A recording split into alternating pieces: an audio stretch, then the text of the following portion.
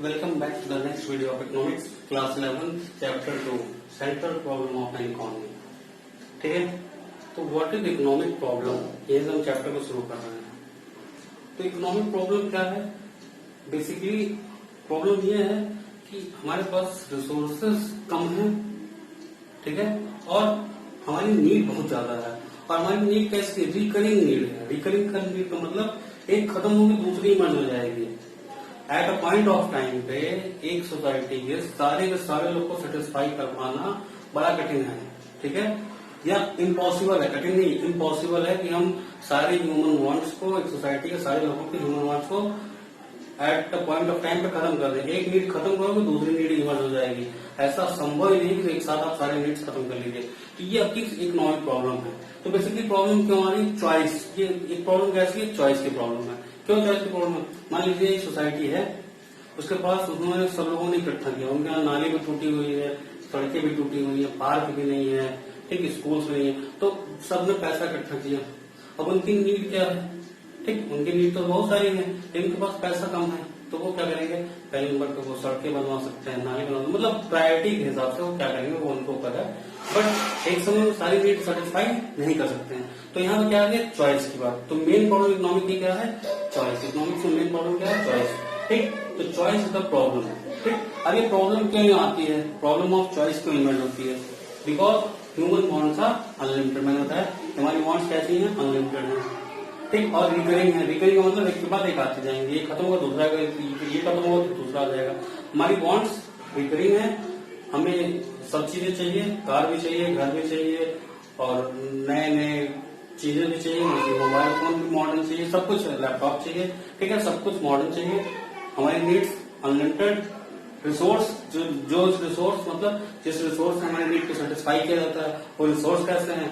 Obviously कम है. चाहे हम कंट्री की बात कर लें या हम पर्सनल बात कर लें, ठीक है. क्या सारे रिसोर्स जिनसे हमारी नीड्स पूरी हो सकती है वो कितनी मात्रा में है कि हमारी सारी नीड पूरी कर सकें? तो इसका आंसर है नहीं, इस मात्रा में नहीं है.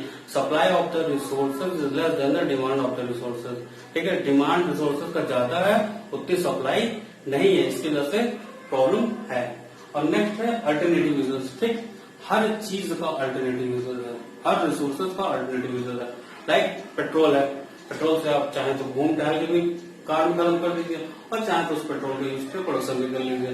तो हर चीजों के अल्टरनेटिव यूज है. कमरा है, कमरा में चाहे आप रहने में खर्च कर दीजिए, रहकर उसका यूटिलाइजेशन कर लीजिए, या उस कमरे में आप बिजनेस भी कर सकते हैं. तो दोनों एस्पेक्ट हैं, ठीक है. तो चूंकि समझना यहाँ पे आपको ये है कि चॉइस वाली बात आ रही है कि ये तीनों प्रॉब्लम मिलकर, ठीक है, ये तीनों कारण मिलकर चॉइस जनरेट करते हैं. ठीक, ये तो हो गया हमारा पिछले चैप्टर का रिवीजन, और इस चैप्टर की शुरुआत इसी पॉइंट से होनी है. अब हम आते हैं central problem of an economy. ये चॉइस की जो समस्या है, ये किसी पर्टिकुलर रीजन की समस्या नहीं है, ये सेंट्रल मतलब हर देशों की समस्या है. चाहे वो इकोनॉमी छोटी हो, बड़ी हो, रिच हो, पुअर हो, मॉडर्न हो, बैकवर्ड हो, कैसी भी हो, समस्या सबके साथ है, क्योंकि सब जगहों पर ह्यूमन वांट्स अनलिमिटेड है, रिसोर्सेज स्कार्स, अल्टरनेटिव की वजह से सबकी समस्याएं हैं. सेंट्रल प्रॉब्लम, ये समस्या है क्या? समझिएगा मेरी बात. We are going to discuss the problem, not the solution. तो यहाँ पर हर बार हम एक क्वेश्चन पे खत्म करेंगे, ना कि आंसर पे खत्म करेंगे, क्योंकि we are going to discuss the problem, not the solution. Solution हम नेक्स्ट वीडियो में डिस्कस करेंगे. यहाँ हम प्रॉब्लम डिस्कस करने जा रहे हैं, जो सेंट्रल प्रॉब्लम है, जो एक कॉमन प्रॉब्लम है हर इकोनॉमी की. तो पहला प्रॉब्लम क्या है? व्हाट टू प्रोड्यूस, क्या प्रोड्यूस करें, ठीक है. अब इस प्रॉब्लम को एक्सप्लेन करें. व्हाट टू प्रोड्यूस में भी दो problem, what goods to produce and in what quantity goods to be produced. अब समझिएगा मेरी बात को. एक देश में दो तरह के गुड्स प्रोड्यूस किए जा सकते हैं, या दो तरह के गुड होते हैं. पहला कैपिटल गुड्स, दूसरा कंज्यूमर गुड्स. कैपिटल गुड्स क्या है? कैपिटल गुड्स का मतलब है मशीन, ठीक, और कंज्यूमर गुड्स का मतलब है जो हम कंजम्पशन में यूज करते हैं, जैसे मिल्क हो गया, बटर हो गया, आइसक्रीम हो गया, कोई चीज जिसको हम कंज्यूम करते हैं, जिसका प्रोडक्शन से कोई लेना नहीं, जिसको हम अपने ह्यूमन वांट सेटिस्फाई करने के लिए हम उनका यूज करते हैं. जैसे मिल्क हो गया आपका, ठीक, आइसक्रीम हो गया आपका, कुछ भी जैम हो गया, ब्रेड हो गया, ये सब चीजें क्या हैं, ये सारी चीजें हैं कि हम कंज्यूमर गुड्स प्रोड्यूस कर रहे हैं। और मशीन यानी कि जिससे हम फर्दर प्रोडक्शन में यूज करें उसे हम क्या कहते हैं, कैपिटल गुड्स। ठीक, ऐसे ही समझिए अब हम कैपिटल गुड्स बनाए या कंज्यूमर गुड्स बनाए, समस्या है। दूसरा, हम वॉर टाइम गुड्स बनाए, मतलब गन बनाए, राइफल बनाए, बम बनाए, या नॉर्मल टाइम गुड्स बनाए, पीस टाइम गुड्स बनाए। जैसे मान लीजिए देश में अशांति है, शांति देश में समस्या नहीं है, नॉर्मल पीस है, पीस कंडीशन है, तो उस टाइम तो हमें बंदूक वगैरह की जरूरत नहीं है, हम उस टाइम बना सकते हैं। हम उस टाइम ब्रेड बटर पे फोकस कर सकते हैं, ब्रेड और राइस पे फोकस कर सकते हैं, मीट पे फोकस कर सकते हैं प्रोडक्शन करने में। वॉर टाइम के लिए लेकिन हमें राइफल चाहिए, हमें गन चाहिए, हमें बम चाहिए। तो कौन सा गुड्स हम प्रोड्यूस करें, कैपिटल गुड्स प्रोड्यूस करें, कंज्यूमर गुड्स प्रोड्यूस करें, वॉर गुड्स प्रोड्यूस करें, या पीस गुड्स प्रोड्यूस करें। ठीक, समस्या है। ठीक, क्योंकि रिसोर्सेज स्कार्स हैं, आप दोनों तो कर नहीं सकते कि बहुत ज्यादा मात्रा में करें। अब दूसरा है in what quantity goods we produce. अब मान लीजिए कंट्री का पूरा रिसोर्स यही है। ठीक, ये इतने रिसोर्स आपको कैपिटल गुड्स और कंज्यूमर गुड्स दोनों प्रोड्यूस करने हैं। अगर मान लीजिए मैं पूरा का पूरा एरिया यूज करके कैपिटल गुड्स प्रोड्यूस कर दूं तो कंज्यूमर गुड्स कम हो जाएंगे। ठीक, कैपिटल गुड्स प्रोड्यूस होने से ये तो अच्छा है कि भविष्य में हमारे पास मशीन बहुत होंगे और हम अच्छा प्रोडक्शन कर पाएंगे, यानी कि फ्यूचर तो हमारा ब्राइट है। फ्यूचर में हमें मशीनों की कमी नहीं पड़ेगी, हमारा देश ग्रोथ कर लेगा। लेकिन करंट में हम मशीनें तो नहीं खाएंगे ना, हमें चाहिए कंज्यूमर गुड्स। ठीक, तो हम बहुत ज्यादा consumer goods produce capital goods produce कर लेंगे तो हमारा प्रेजेंट जनरेशन सफर करेगा, फ्यूचर जनरेशन भले एंजॉय करे लेकिन रहेगा नहीं तो एंजॉय कहां से करेगा। दूसरी बात, अगर हम पूरे गुड्स का पूरे रिसोर्सेज का यूज करके और सिर्फ कंज्यूमर गुड बना दें, पूरे रिसोर्स पे यूज करके हम कंज्यूमर गुड्स बना दें, मतलब हर एरिया ऑफ प्रोडक्शन में हम सिर्फ कंज्यूमर गुड्स बना रहे हैं पूरे देश में। ठीक, चाहे वो नेस्ले हो, मैगी बना दी, वो भी कंज्यूमर गुड्स, टाटा है वो भी कंज्यूमर गुड्स बनाए, आयसर है वो भी कंज्यूमर गुड्स बनाए। ठीक है, कोई कंपनी में सब कंज्यूमर गुड्स में लग जाए, सारे रिसोर्सेज को हम पुट करते हैं कि कब कंज्यूमर गुड्स बनाएंगे। इससे बहुत सारा कंज्यूमर गुड्स हो जाएगा। इससे क्या होगा, कंज्यूमर के पास वाइड रेंज ऑफ चॉइस हो जाएगी। कंज्यूमर बहुत सारा, उसके पास एक अच्छा खासा रेंज होगा कि वो क्या खाए, बहुत बड़ा रेंज होगा, उसके लिए उसकी सोवरेनिटी बढ़ गई। लेकिन ये सोचो, आज तो कंज्यूमर सोवरेन है, लेकिन धीरे धीरे जब ये मशीनें खराब होंगी, आप तो मशीन बना रहे हैं तो प्रेजेंट जनरेशन तो एंजॉय कर लेगा, लेकिन फ्यूचर जनरेशन के पास मशीनें नहीं होंगी। तो व्हाट टू प्रोड्यूस की समस्या क्या है, कैपिटल गुड्स प्रोड्यूस करें या कंज्यूमर गुड्स प्रोड्यूस करें, वॉर गुड्स प्रोड्यूस करें या पीस गुड्स प्रोड्यूस करें, पहली समस्या उसमें। दूसरा, किस मात्रा में प्रोड्यूस करें, अगर कैपिटल गुड ज्यादा कर देंगे तो कंज्यूमर गुड कम हो जाएगा, कंज्यूमर गुड ज्यादा कर देंगे तो कैपिटल गुड्स कम हो जाएगा। तो किस मात्रा में प्रोड्यूस करें, this is the first problem of any economy. तो नई बात, व्हाट टू प्रोड्यूस में क्या बनाना है, यानी कि प्रोडक्ट, ये it is the problem of choice. ठीक है, प्रॉब्लम ऑफ चॉइस है कि कौन सा गुड्स हम प्रोड्यूस करें, capital goods, consumer goods, war time goods या पीस टाइम गुड्स। ठीक है, ये एक समस्या है। दूसरा, कितनी मात्रा में कैपिटल गुड्स बनाना है, कितनी मात्रा में कंज्यूमर गुड्स बनाना है, it is a problem of an economy. ठीक, first problem of the economy. Second है हाउ टू प्रोड्यूस, यानी कैसे बनाएं। चलिए डिसाइड हो गया क्या बनाना है, अब समस्या थी कैसे बनाना है। तो उसके लिए दो टेक्निक है। This problem is known as how to produce, known है प्रॉब्लम ऑफ टेक्निक। ठीक है, problem of choice of technique, sorry problem of choice of technique. यहाँ टेक्निक चॉइस करने की बात आती है। तो there are two techniques, one is capital intensive technique, second one is labour intensive technique. समझिएगा मेरी बात को। लेबर इंटेंसिव टेक्निक में ज्यादा लेबर होंगे, कम आपके कैपिटल लगेंगे। कैपिटल मतलब मशीन से होगा, या कैपिटल मतलब पैसे मत समझिए, कैपिटल मतलब मशीन। ज्यादा आदमी काम करे, कम मशीनें काम करें, इस टेक्निक को हम बोलेंगे labour intensive technique. Capital intensive technique क्या होगा, जहां पर कैपिटल यानी मशीनें ज्यादा हों और आदमी कम काम करे। अब समझिएगा इसको, इस एग्जाम्पल पर समझिएगा। अगर मान लीजिए कि कुछ 10 लोग हैं, उनको एक जगह से दूसरे जगह जाना है, तो उनके पास दो ऑप्शन है, या तो वो रिक्शा कर लें, रिक्शा पुलर वाला रिक्शा जिसमें एक एक आदमी एक रिक्शा चलाता है। ठीक, तो यहाँ पर हम क्या करेंगे, मान लीजिए हमारे पास दो ऑप्शन है, या तो हम एक ऑटो कर लें तो एक ऑटो में 200 लोग चले जाएंगे।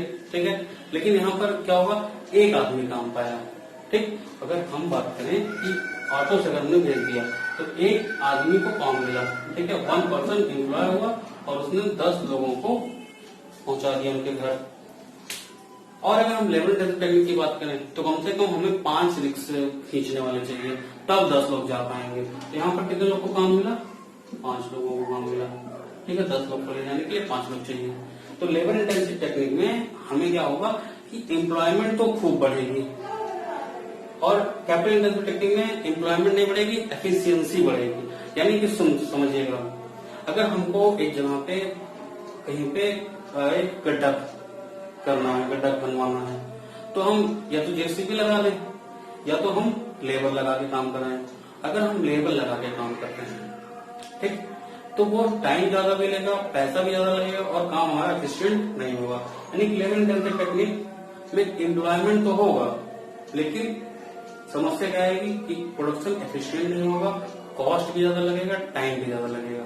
वहीं अगर हम कैपिटल इंटेंसिव टेक्निक यूज करते हैं, मशीनों का ज्यादा यूज करते हैं, लोगों का कम यूज करें, लेबर का कम यूज करें, तो काम तो हमारा एफिशिएंट होगा, कॉस्ट भी कम लगेगा, लेकिन अनएम्प्लॉयमेंट आ जाएगी। तो समस्या ये है कि एक देश कौन सी टेक्निक को यूज करे। अगर वो लेबर इंटेंसिव टेक्निक को यूज करता है तो कॉस्ट ऑफ प्रोडक्शन बढ़ जाता है, कॉस्ट ऑफ प्रोडक्शन बढ़ने की वजह से कॉस्ट ऑफ आउटपुट बढ़ गया, कॉस्ट ऑफ आउटपुट बढ़ने की वजह से महंगाई आ सकती है।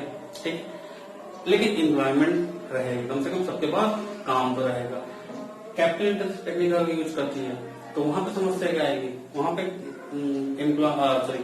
कॉस्ट तो नहीं बढ़ेगा, हमारा कॉस्ट तो कम ही रहेगा, लेकिन समस्या क्या आ जाएगी, समस्या ये आ जाएगी कि हमारे पास एम्प्लॉयमेंट नहीं रहेगा, अनएम्प्लॉयमेंट फैल जाएगी। तो it is also a problem of a country कि वो कौन सी टेक्निक यूज करे। This is a problem of choice of technique. Next है फॉर होम टू प्रोड्यूस। ठीक, हर सोसाइटी में 2 तरह के लोग होते हैं, एक रिच एक पुअर। अगर रिसोर्सेज को इस डायरेक्शन में डाल दिया जाए कि सारा प्रोडक्शन रिच के लिए किया जाए, तो रिच के लिए प्रोडक्शन करने का मतलब महंगी चीजें बनेंगी। महंगी चीजें बनने का मतलब क्या है कि प्रॉफिट ज्यादा आएगा। जैसे मैकडोनल्ड कंपनी है, मैकडोनल्ड कंपनी पिज्जा बनाती है, ठीक, वो पिज्जा महंगे में बेचती है। अब महंगे बेचने के साथ साथ क्या होगा कि उसका प्रॉफिट बढ़ता है। ठीक, प्रॉफिट बढ़ा तो वो क्या करेगी, अपना इन्वेस्टमेंट बढ़ाएगी, और उसको देखकर 10 कंपनियां और आएंगी कि यार मैकडोनल्ड देखो इतना खूब पैसा कमा रहा है, तो हम लोग भी प्रोड्यूस करेंगे, रिच के लिए प्रोड्यूस करेंगे।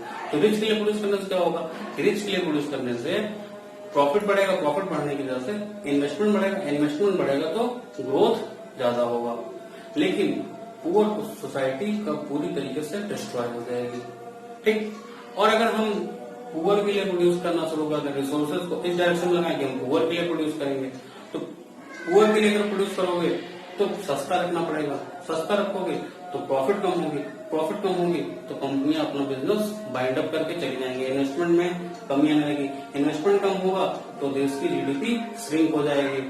ठीक है, तीनों प्रॉब्लम के बारे में फिर से डिस्कस कर रहा हूँ। तीनों प्रॉब्लम है आपका प्रोडक्शन से रिलेटेड। तो व्हाट टू प्रोड्यूस में हमने क्या पढ़ा, क्या गुड्स बनाए, मतलब कैपिटल गुड्स बनाए या कंज्यूमर गुड्स बनाए, कितनी मात्रा में बनाए। अगर एक ज्यादा बनाएंगे तो दूसरा कम हो जाएगा, दूसरा ज्यादा बनाएंगे तो पहला कम हो जाएगा। ठीक है, दूसरा मतलब how to produce capital intensive technique, मतलब मशीन से ज्यादा प्रोडक्शन पे ध्यान दें या लेबर से ज्यादा ध्यान दें। ठीक है, तीसरा और होम टू प्रोड्यूस, रिच के लिए प्रोड्यूस करें या पुअर के लिए प्रोड्यूस करें। तो हर इकोनॉमी में ये समस्या प्रिवेल करती है, सारे देशों की यही समस्या है, कोई एक पर्टिकुलर देश की नहीं है।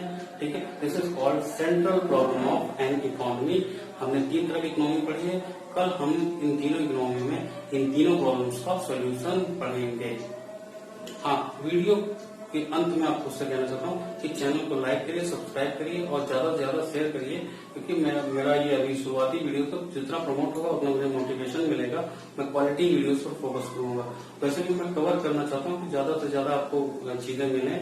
मैंने यूट्यूब पे कई सारे चैनल देखे, वहां पर इतने कंटेंट नहीं डाले जाते वीडियो में, वीडियो को शॉर्ट करने के चक्कर में कंटेंट के साथ काफी लापरवाही करते हैं। यहाँ कंटेंट के साथ कोई लापरवाही नहीं कर रहा हूँ, आपका वीडियो भले लंबा हो जाए बट मैं कंटेंट पूरी फोकस कर रहा हूँ रखूँ। बट उसके लिए मुझे आपकी तरफ से कम लाइक और सब्सक्रिप्शन तो मिलना चाहिए, तभी मेरा मोटिवेशन बढ़ेगा। Thank you.